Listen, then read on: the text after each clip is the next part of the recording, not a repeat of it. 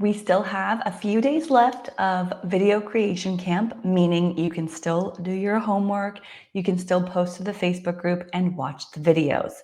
And while we're doing that, I'm going to go through some questions that came in during videos 2 and 3, just to repeat and to answer things that maybe you're still wondering. Some of these I've already answered in the trainings, but sometimes it's helpful to just get a little bit more depth. And some of these questions I totally missed. So we are going to answer some questions. So this is another little bonus Q&A. There's a few of those. The primary videos, just as a reminder, primary videos are going to show at ashesyoga.com/videocamptraining.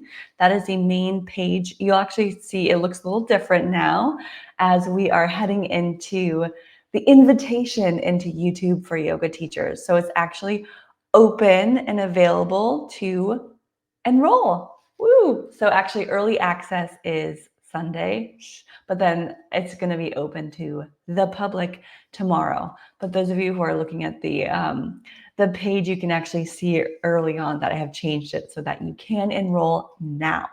So that is available until Thursday. Thursday night, we close. If you want to keep the momentum, go to ashesyoga.com/videocamptraining and then click on the button where it says enroll. But you can also still see the videos and the homework assignments, all the things. And this Q&A will also be linked up someplace over there as well. Okay, let's do our Q&A for today. Oh, I forgot. I want to share with you one thing. So I've actually never been to summer camp.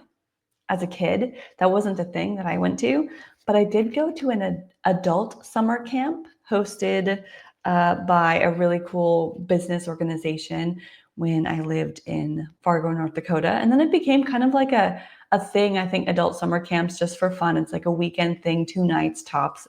And here's my badge from the Unglued summer camp back in 2017. Or 2016, sorry, 2016. Super fun. I got all these little pins or these little things. So knowing that, like summer camps actually run, like you get labeled by a color. I was team red. You get badges. There's all sorts of things. There's a lot that I could like add to this video creation camp to make it more campy. But because I've never been to summer camp, specifically, I don't know all the details. So it might be something we do more like gamification or putting people in teams for next time. But for now, I think what we're doing is great. We're all busy. There's no need to go high intensive immersive here. Okay, so let's get into the questions. I just wanted to show you that. And if you have gone to summer camp, you can leave a comment and let me know if that was a thing you did as a kid, wherever you're watching this on YouTube or on Facebook. Let me know if you've been to summer camp. Okay, let's get into those questions from videos 2 and 3 where we talked about the framework to success, but also, what was video number 2? Oh, how to stand out. So these are from how to stand out at first. Was Jonathan asked, how would you build momentum to have people join free Zoom videos where you share your practice? You build momentum with consistency and time and continuing to invite. I know that's a simplified answer and they're like, well, I know that, but how? Well, pick a platform to share on, and your call to action on that platform is always join my free Zoom videos. If that's the main thing you want people to lead into as an intro, it's worked really well for me when I used to do a lot more Instagram, that I decided my main call to action was join my free 6 a.m. Zoom yoga class. At one point, I had a video like go viral for me. I had 123 registrations one day.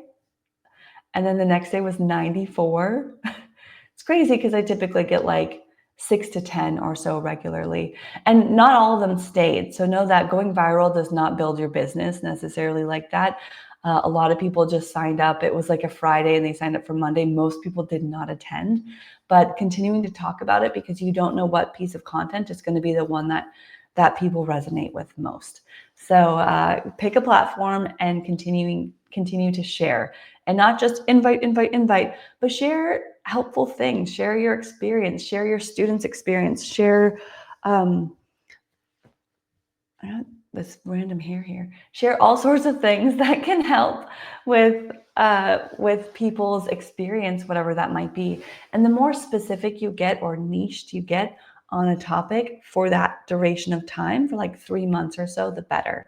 So if you have a specific topic you want to go and dive into, it doesn't mean you're defining you as a business. It means just for now, I'm really helping people with this one thing, and that's what I'm going to talk about. But that doesn't mean you have to be known for it for the rest of your life. Okay. So it's building momentum is consistency and time. And consistency isn't just showing up, but also in what you talk about, being consistent in your call to action, being consistent with your introduction, what you say as you bookend your videos or your content. All right, moving on. Should I create a YouTube channel with my business name now, or is this premature? Anytime, create a YouTube channel. Create it. You don't have to post to it yet.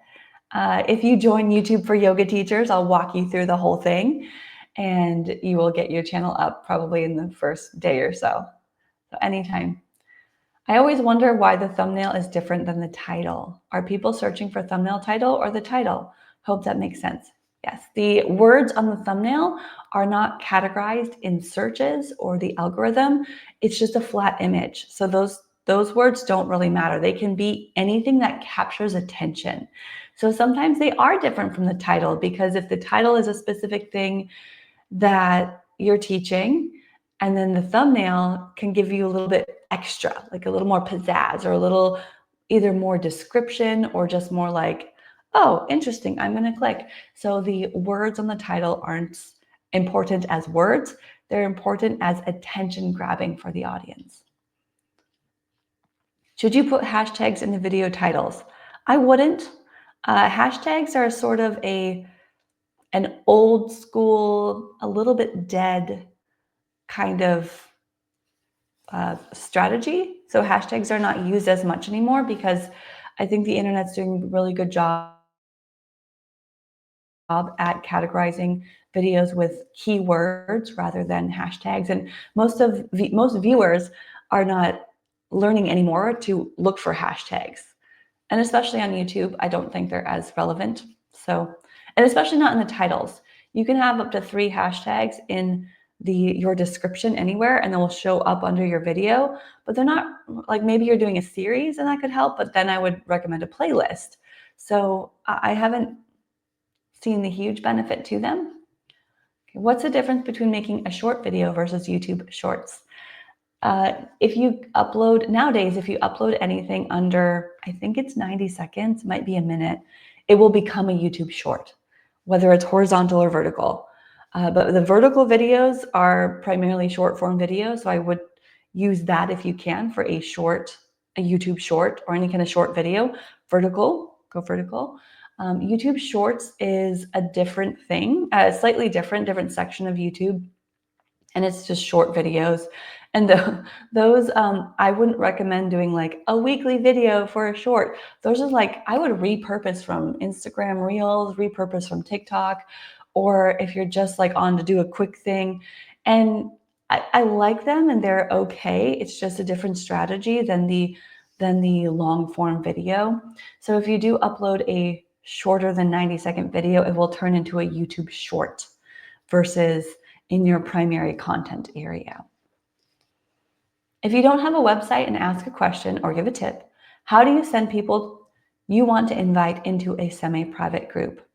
So if you want to invite people or have a call to action to join you in something, but you don't have a website, put it on you by asking them to send you a message. So that way you can have a conversation. Even if you do have a website, the best thing you could do is get a direct message conversation with people. So if you're inviting to private sessions or semi-private, that's like a one-on-one type thing anyway. So I would give them that one-on-one attention and say, send me a direct message or a DM. And I have found though, if you're working with new people or depending on your audience, just saying, send me a DM is a little bit, it's jargon. So just know that some audiences might want, send me a message. I usually say message. I don't say the word DM out loud or PM, personal or private message. I say send me a message or send me a message. And I might say in my direct messages or in my inbox. Send me a message on Instagram in my inbox, or send me a direct message, that's a DM on Instagram. Oh, if you're someplace else, you could say send me, I guess YouTube, there's no direct messages on YouTube either. So I typically say send me a message on Instagram at Ashes Yoga. So if you're on YouTube, have people either send you a message or even leave a comment and say, leave a comment, and then I'll send you, the link to my Instagram to message me. Or there's like so many different ways you could do this. There's no one right way. You get to choose what best communication method works for you. You could even say, send me an email, or leave a comment below with your email address and I'll send you an email. So there's many ways there. Even without a website, I will tell you too, you can create email opt-ins. Sign up for an email service provider like, I don't want to say MailChimp, but that's always the first that comes to mind. That's not my recommendation. I use ConvertKit or kit.com, and they do have a free version. You can create a simple first name, email address opt-in page where you can say, hey, if you're interested in what I'm doing, opt in to my email list. That one's probably going to be best for a more general catch-all, even if you don't have a website. Okay, will the Zoom call be on replays? Yes, replays are everywhere. Where do we sign up for the bonus? Well, it's already done. So we had answered those on the call. Question for later. Actually, this is like a 3-part. I still feel stuck following the 200-hour training structure. Opening, warm-up, standing, seated, Shavasana. But in a 10 to 15 minute YouTube class, it's hard to fit all of it in. And I sometimes feel guilty for not keeping Shavasana longer. Any advice on how to let go of that guilt and adapt more freely? Well, first, I would be curious at where that guilt is coming from. The guilt to not make it completely well-rounded and fit everything in. Maybe it was, there was some teaching or lessons in your 200-hour training that was like, you must keep to this structure, or they were highly structured, because it doesn't have to be. And you are not looking for a well-rounded, all-rounded practice in 10 to 15 minutes. You're looking to share a couple poses, and that's it.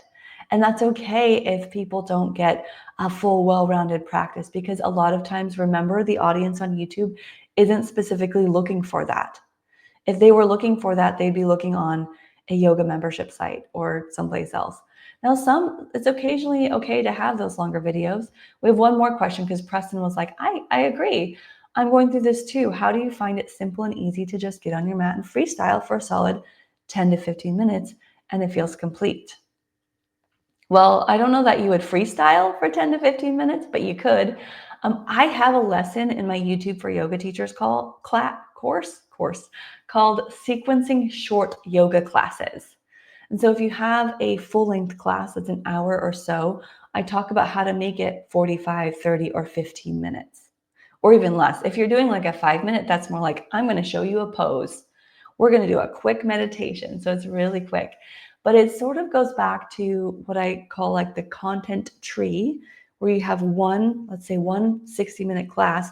What could you pull from it to be more like a series of videos, more binge-worthy videos that connect to each other, that someone would want to watch back to back rather than one long video?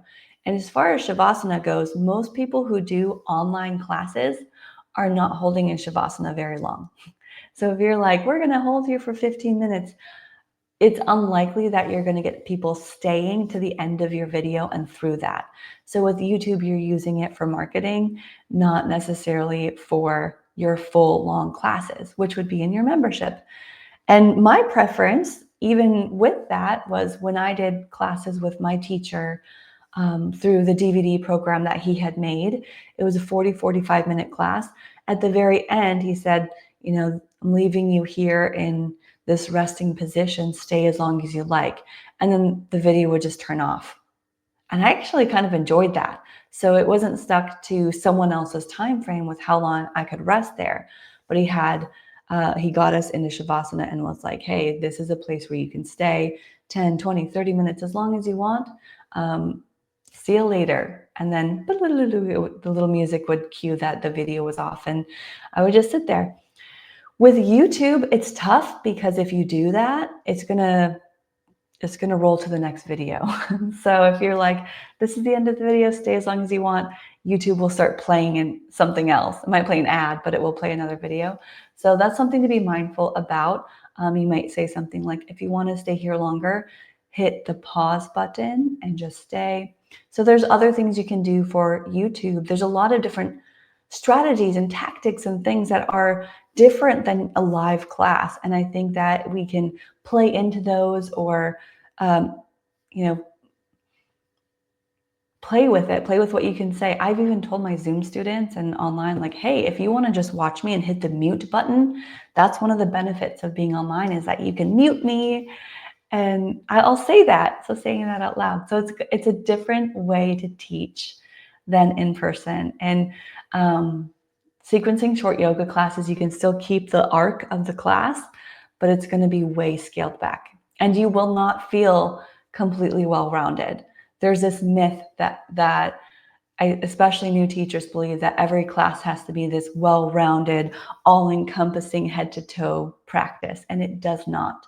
It can be just like, here are some wrist stretches for a specific purpose. Well-rounded classes that are general are not going to get a lot of views. They're not going to get a lot of clicks because there's nothing specific about them that's leading people to want to do them. It's great for your membership site, great for people who already know you. But as for YouTube, you want things that are specific and people are searching, that solves a problem, that then you lead them to something else. So I don't know if that answers your question so much. I know I do have a lesson inside YouTube for yoga teachers that talks about sequencing short classes, but it's just a different way of looking at it and thinking of content. So getting out of the full class mode and into, how can we break this up so that people can have experiences in different ways?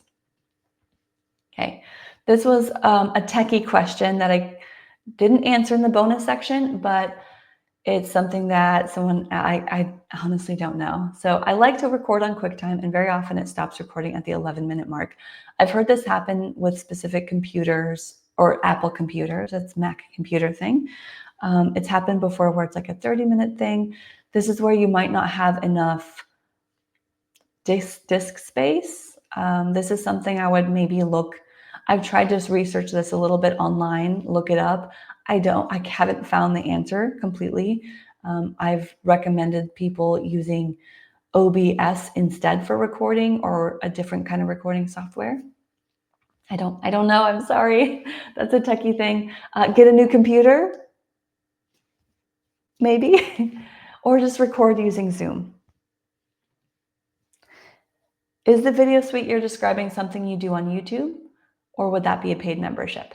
So I think what Preston was referencing was, I talked about, again, this content tree where you have one piece of content, but then you pull, like, let's say it's like 60-minute vinyasa yoga class, but then you pull out one that's like props to use for a vinyasa class. This is still way too general, but how you can get specific. It's the props you're using for a vinyasa class, how to modify your vinyasa class, a short version, a 15-minute version of it, a 30-minute version of it, a 45-minute version of this hour. So you take this one yoga class and it can become like a web of additional content that can help you to understand what it is your viewers want to see, number one, but also to just give you more videos rather than just one solid class, because it's so much more likely that someone will watch shorter classes, shorter lessons, rather than one long lesson. In fact, the recommendation for courses, if you were to do an online course, the recommendation for the length of video is around 5 or 6 minutes. That's it. So not like 45-hour-long lessons, but 5 or 6 minute lesson, give them the homework, and then move on. Okay, so that was something for any. Okay, is it okay if the hook and intro are flip-flopped? I think so. You could say, I'm so-and-so, today we're talking about this, although that's more of the intro. So basically you'd be leaving out the hook if you introduce yourself first, because the hook is the thing that grabs you. That's what it is. A hook, bring you in. If you introduce yourself, you're leaving out the hook. You could say, I'm Ashley. Today we're talking about such and such, but then there's no hook there because you're saying what they're giving them. A hook is also something that's like, it's a captivating question. Sometimes it's like sometimes they take a piece, something shocking, like from the middle, and put it in the beginning, so you see what you're going to see. You're like, oh, I want to see that answered, or why'd she say that, or something funny. Podcasts do this all the time, where they like start with a piece of the content from the middle. That's the hook. So I guess it kind of could be flip-flopped, but then you're missing the hook. So no, you can introduce yourself though first. If that's what you want to do. Did I discuss specific editors, or is that a tomorrow topic? Kind of. I gave a short list that was, I think, in video 3. I think so. I did discuss it. I said Clipchamp, iMovie, and CapCut. There are also like Final Cut Pro, Adobe Premiere, DaVinci Resolve, Camtasia. I think those are still things. There's a lot out there. I would just find one that works if you want to pay for it or not. There's a lot of free ones out there now. It used to be where there weren't a lot of free ones. You had to pay. So it's kind of nice that there are some. There's no one specific video editing software that's going to work for everybody. If you have a Mac computer, I would stick to iMovie. I don't know that iMovie does vertical videos though. But then Clipchamp Online works really well. CapCut, some people had some issues with CapCut in their privacy settings.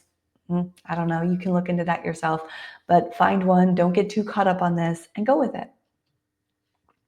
Do you find the iMovie camera or QuickTime camera to produce a better quality video? Okay, I answered this wrong in the past. I thought you could record directly to iMovie, a video directly to iMovie. You can, but only with the FaceTime camera.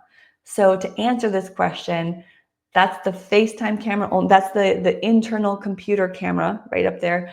You can record directly using the internal camera, not an external webcam. So if you have an external webcam, the camera quality is going to be better on the webcam. So the QuickTime does not have a camera.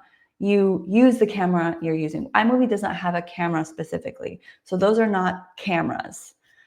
Those are just, they're recording softwares. The camera is your webcam or your internal camera. So a webcam typically is going to be better quality. The internal camera, even in a brand new computer, is really not so good. So that's to answer that question. So unfortunately, with iMovie, you can only record using your FaceTime internal camera. Womp womp. What if you use a video from your Instagram that already has Instagram music on it? If you download a video from Instagram, it will not download with music because of the copyright issues. So it will download without music on it, and you can use it in places. But if it's already got music, it won't stay on there when you download it and repurpose it someplace else. So that's as far as music goes. You said it's easier to record from a computer regarding music. What do you mean? I meant it's easier to be on Zoom if you're sharing music on your computer. And I did have someone in my email asking about how to do that. Should I show you? No, I can't. It's okay. So I'm gonna exit that. I was gonna show you, but what I think I'm gonna do is reference the Video Creation Camp workbook. Inside this, I have a few pages on Zoom, about Zoom. And it's on page, let's see, 14. It's on page 16, where I talk about how to share music on Zoom from a computer. And so you go advanced share. And the question that came up in my email was, I have everything plugged in. When I plug my microphone in, I can't hear my music. And that shouldn't be the case. Make sure your volume is turned up, for one. If it helps to have an external speaker as your speaker, like a Bluetooth speaker or something, that could help, or AirPods even. I don't like to wear AirPods in my ears if I don't have to, but you can set your speaker separately and then turn your volume up on your computer to make sure you can hear yourself. So you can't record on your phone. You can't be on Zoom and have music playing and share music from your phone. It just doesn't work. You can't. It's just, no. So it's easier on your computer to do Zoom. Anything with Zoom, you've got more options on a computer. What are cards and end screens? Ooh, good question. This is regarding YouTube. Okay, so at the very end of a video on a computer, when you're on a desktop, not on your phone, you can see sometimes like a little square image that says like, here, watch this video next. Or there's a little circle, I don't know, you can decide where you want to place it. There's a little circle profile photo that says subscribe. So you can choose like to have multiple video options, or a subscribe button, or here's a playlist. You can have those in the last 20 seconds of your video to direct people to the next best thing for them. So you can set that up in the settings. And a card shows up in the top right of your view, and it says like, watch this video. So you can set a card for a few seconds. Like if you were to say, hey, I have another video discussing props for vinyasa yoga classes, then you could have a little card show up in the corner that says, watch this video or watch the props video. And then that would direct them to the props video. And you can have up to 5 cards per video. What this does, even if you don't necessarily use them or care to use them, or you think people are joining on their mobile device, is it shows YouTube that you're taking the best actions to move forward to keep people on the platform. So they see if you put cards and end screens on your video, they're going to show you to more people, or it's more likely that YouTube's going to be like, good job, so-and-so, good job, yoga teacher. We're going to then show you to more and do more with your video, because you are actually going through and optimizing and doing what you can to continue to have people on your videos. So that's helpful. What do you do if someone leaves a mean comment? Ooh, this is so good. This is actually one that I wish I would have answered, but I did answer last year in the YouTube training I did. And this is actually, I'm currently going through a course on troll comments. There's so much to this. I'll try to make it as succinct as possible. Comments are still engagement, so you don't want to just delete them. What you do want to delete is harassment, spam, or comments that are derogatory or like blatantly mean. So things like that, you would want to delete those, like remove those. But even so, even if it's a bot comment, if it's not mean or harassment, like you could just leave them, because it's still engagement on your video. And the computer algorithm does not know whether or not one comment is better than the other. What do you do if someone leaves a mean comment like, I don't like your hair, or like they'll comment something like, I don't like the way you talk, or something that's not necessarily spam, or it's not spam, it's not like derogatory, it's just an opinion. Or if they say something like, this isn't true, or you can't do this, or say something like that, there's a way to respond in a very just like polite way, like, thank you for your comment. You're helping the algorithm, and you're showing YouTube what you want to see more of. So you're going to keep seeing more of me if you keep leaving comments. I'd reply back and do so in a way that is, take yourself out of it. It's not personal. You don't know this person. But for every rude or mean comment, or comment like, this isn't true, or yoga doesn't work, there's maybe someone silently watching having the same question, but they don't want to say so. So it might be best to actually reply to them, but do so in a very professional and helpful way. I'm not going to teach on that specifically right now. It's something actually I'll probably put a lesson in the YouTube course on this, because it's a common question. So I'll likely add a bonus lesson on handling troll comments on YouTube, or mean comments, because this needs a little bit more context, I think, because there's certain types of comments, because we got to categorize the comments here. Some are spam, some are rude, some are mean, some are just like they have good intentions, but it's coming off wrong. So I'm going to add a lesson in there, and I will teach you what to do when someone leaves a mean comment. I've had this happen. Please don't fear it. The more you can get used to the fact that there might be a mean comment here and there, the more you'll grow. But you're only able to grow at the level of problems that you can solve, at the level of comments you can respond to. So we're going to have to get used to this, because you could be the nicest person in the world. So amazingly nice, positive. Like, I mean, come on, Jesus had a lot of haters and he was like the nicest guy, right? So you could be the nicest person and still get, people in their heads and saying things that are not so nice. I'll talk about this a little later. How many homeworks or videos do we have in the YouTube course? It's different than like the video creation camp, because some of the homework is not stuff I can really check on. It's create your channel, record your video. It's put end screens on it, optimize, search for keywords.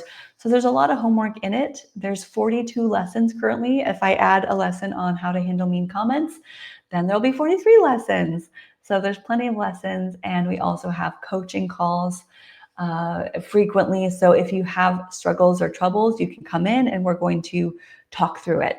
So we'll do some coaching once a week for the next 8 weeks that we once we get started, and then it's monthly after that. If I can't use my phone for video because the file size is massive, it crashes my storage.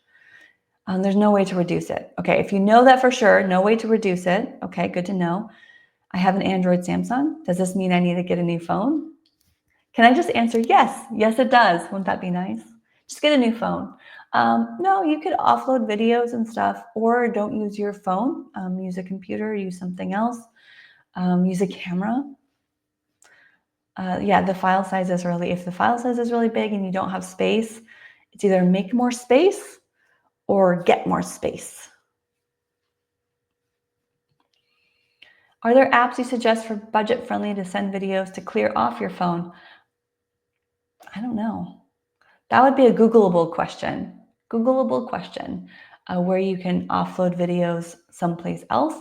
I would say once they're uploaded, I mean, you could just delete them, but some people, maybe you want to save them.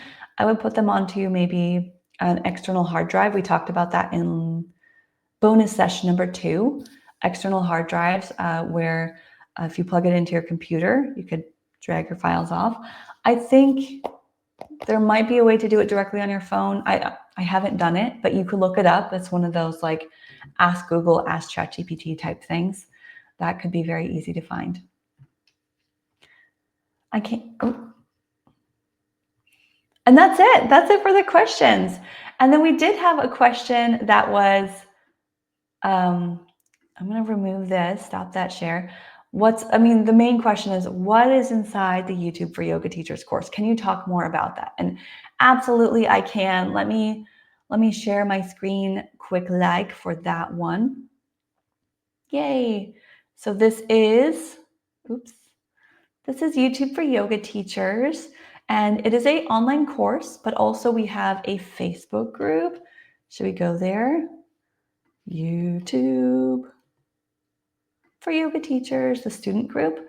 We've got the YouTube for Yoga Teachers student group where all of the students are. We've got 6 bonus replay coaching sessions from last year as well. And this year we're going to do a lot more with homework and things, which is really exciting. So I'm excited for it. We're going to do kind of like that, again, continuing the momentum from video creation camp. So inside the YouTube course, you're going to see 8 modules from what I talked about on session 3. Module 1 is all about setting up. So why YouTube overview, customizing your channel. And if you're like, actually, I don't care about YouTube, I just want to learn more about video, you can still come into this course and skip the YouTube lessons and go through required equipment, setting up your space, intro to planning, Google Drive, developing a schedule for your videos. So a lot of these will be available to you. So you click on one and we've got a video and then we've got homework here too. So I said, share your channel in the Facebook group on this post, or just share it in the Facebook group. And we got additional tutorials. Inside, we also have checklists and spreadsheets that are really helpful for those of you who want to stay even more organized.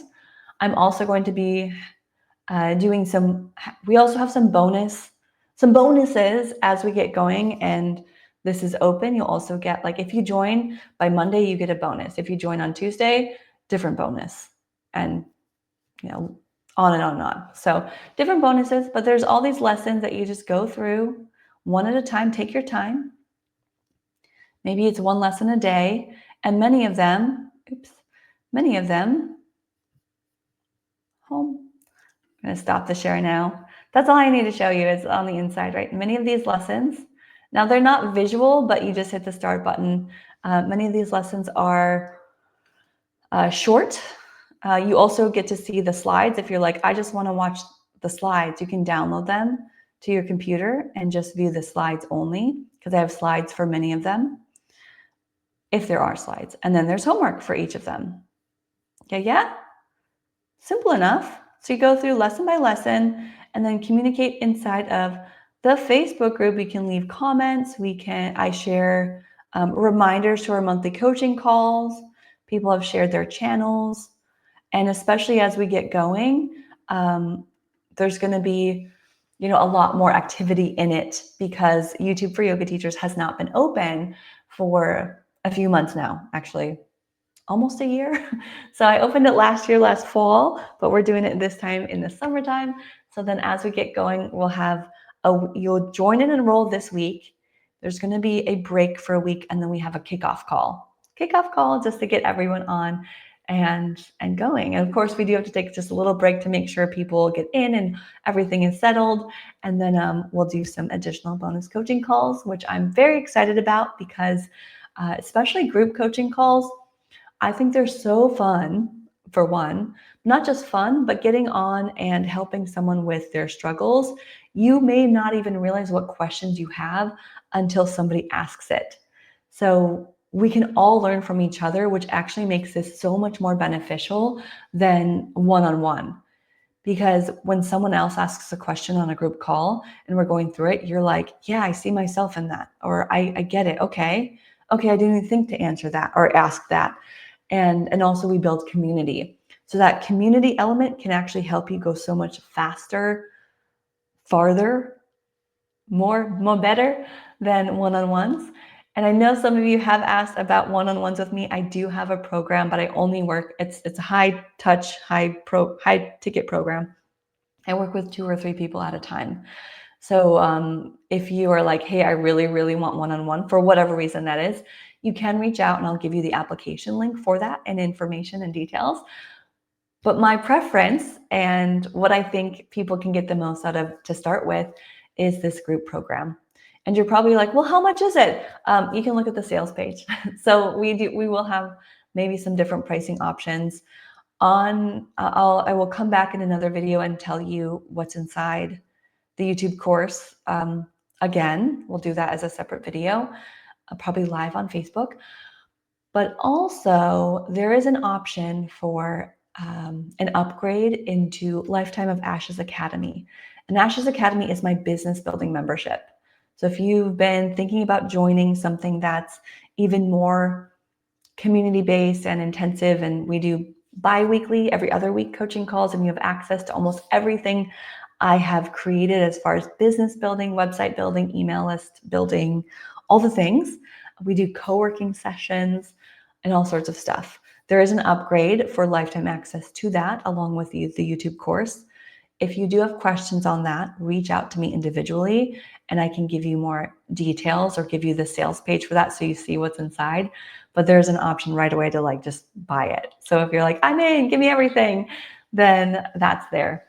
So that's it for now. I think we're kind of long enough on this Q&A. Thanks for asking all your questions. I'm going to come back with an actual Q&A for the YouTube course and what's inside and what that's all about later. This was Q&A for videos 2 and 3 inside Video Creation Camp. Hope you enjoyed. Hope that was helpful for you. Just giving you a little bit extra to think about and think over, and maybe just listen in your ears and like a podcast style if you wanted to.